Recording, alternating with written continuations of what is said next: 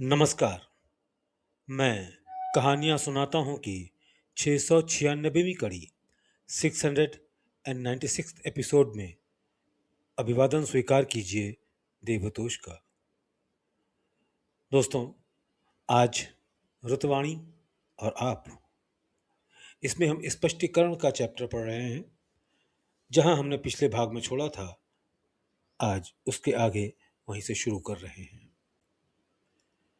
यह प्रश्न कि फैज कहाँ से आता है, ईश्वरीय भंडार से या मूल तत्व से या अन्य किसी स्तर से, मुझे तो एक अस्पष्ट प्रश्न लगता है। मुझे तो ये एक अनस्पष्ट प्रश्न लगता है। अब जवाब में मैं यदि आपसे पूछूं कि आप सांस लेने की हवा किस परत से खींच रहे हैं, तो क्या आप उसका ठीक ठाक जवाब दे पाएंगे?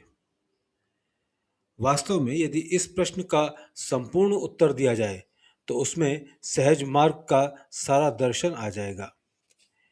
एक शब्द में तो मैं यही कहूँगा कि परम तत्व से या किसी अन्य स्तर से भी ग्रेस यानी फैज का खींचना, ये हर जिज्ञासु की अपनी व्यक्तिगत क्षमता पर निर्भर है, जिसकी वास्तविक जांच क्रियात्मक परीक्षण से ही हो सकती है।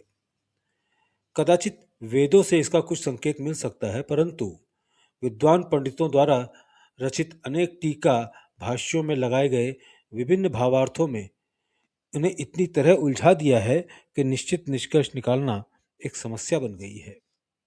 फलतः अंतिम समस्या का अन्वेषण आज भी शेष है। वास्तव में इस समस्या को सुलझाव पूरे जीवन भर की क्रियात्मक साधना के द्वारा ही हो सकता है। दुर्भाग्यवश लोग स्वयं समस्याओं के उत्तर तक पहुंचे बिना ही उत्तरों का सुझाव देते रहते हैं। इससे बढ़कर बेतुकी बात संभवतः कुछ और हो ही नहीं सकती। भंडार शब्द से कुछ विस्तार का भाव आ जाता है।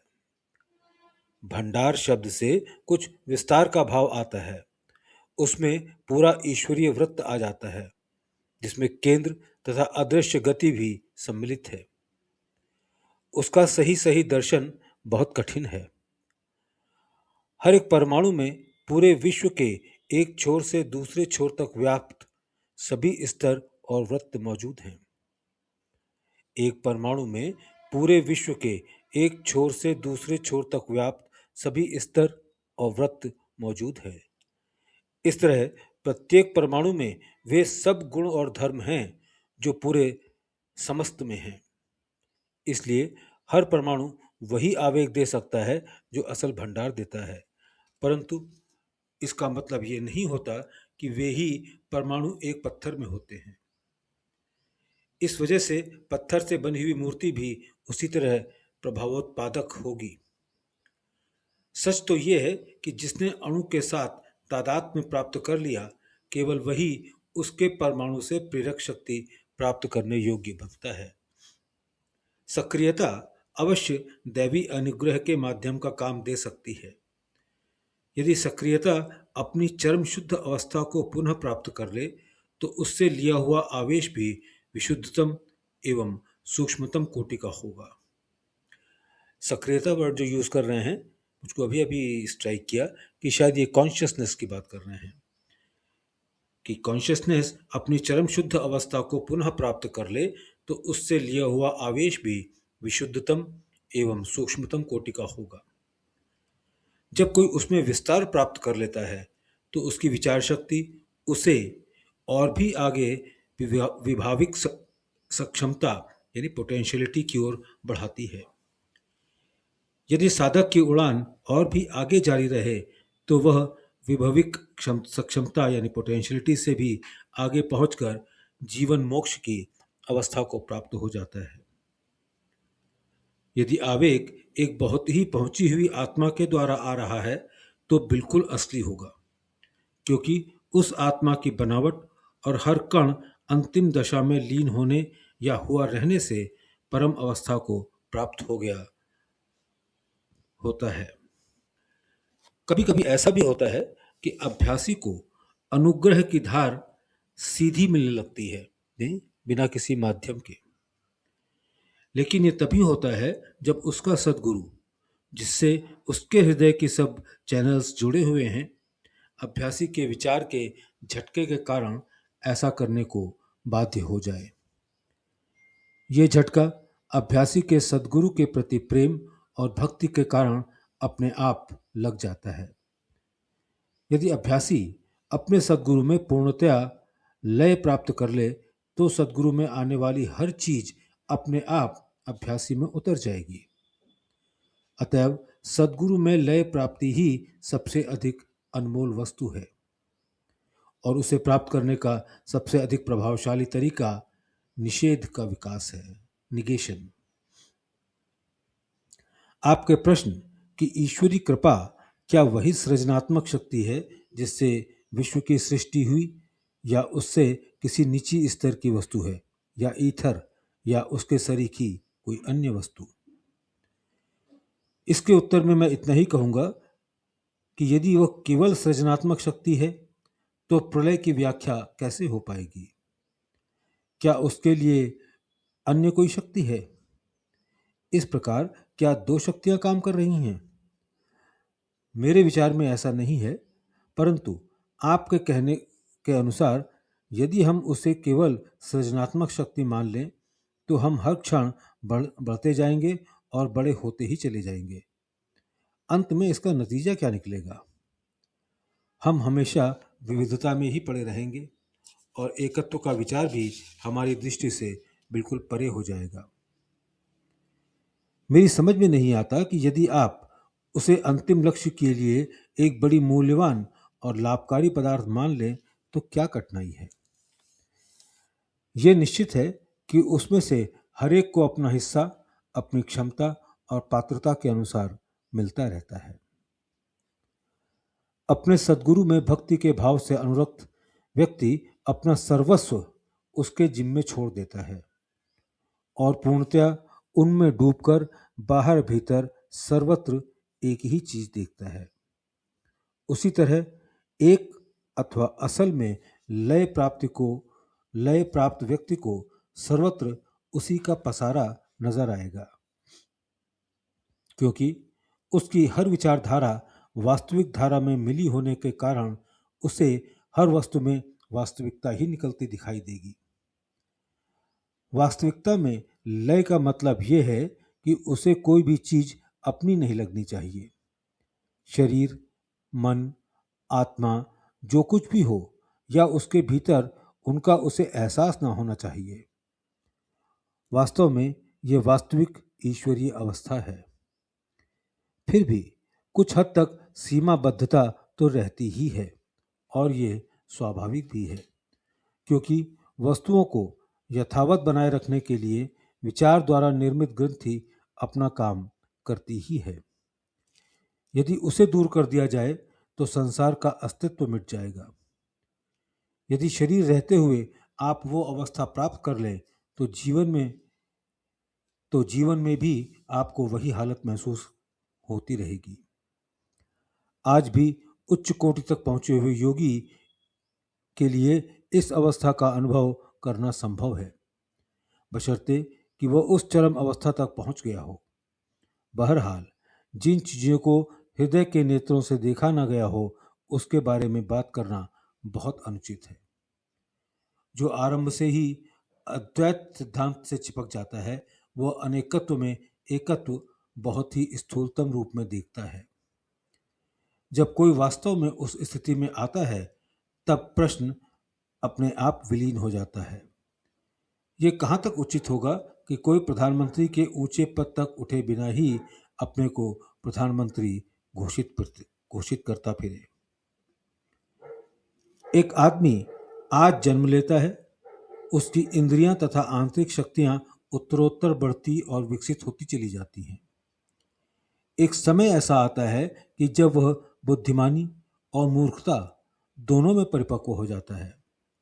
कभी ऐसा अवसर भी आ पड़ता है कि जब उसे ठीक ठीक निश्चित करना होता है कि अपने अंतिम लक्ष्य के लिए उसे क्या करना चाहिए। वो बुद्धिमानों और पंडितों के संपर्क में आता है जो सारी बातें उसके सामने विभिन्न रंगों में रखते हैं। वे द्वैत, अद्वैत तथा विशिष्ट द्वैत दर्शन की वर्षा करते हैं। वो उन्हें सुनता है और उनकी छाप लेता है। वह ईश्वर, मानव तथा विश्व के बारे में अपनी समझ से विचार स्थिर कर लेता है और माया, जीव, ब्रह्म के बारे में सारी चर्चा, वाद विवाद तथा अर्थ निरूपण उसके सामने फिर वही माने विभिन्न अनगिनत रंगों में लाते हैं। वो मान लेता है कि उसने वस्तुओं का वास्तविक ज्ञान प्राप्त कर लिया है और एक चीज का अनेक प्रकार से अर्थ लगाने की क्षमता उसमें आ गई है। परंतु यह सब वास्तविक चीज का साक्षात्कार किए बिना ही इकट्ठा किया हुआ केवल सतही ज्ञान है।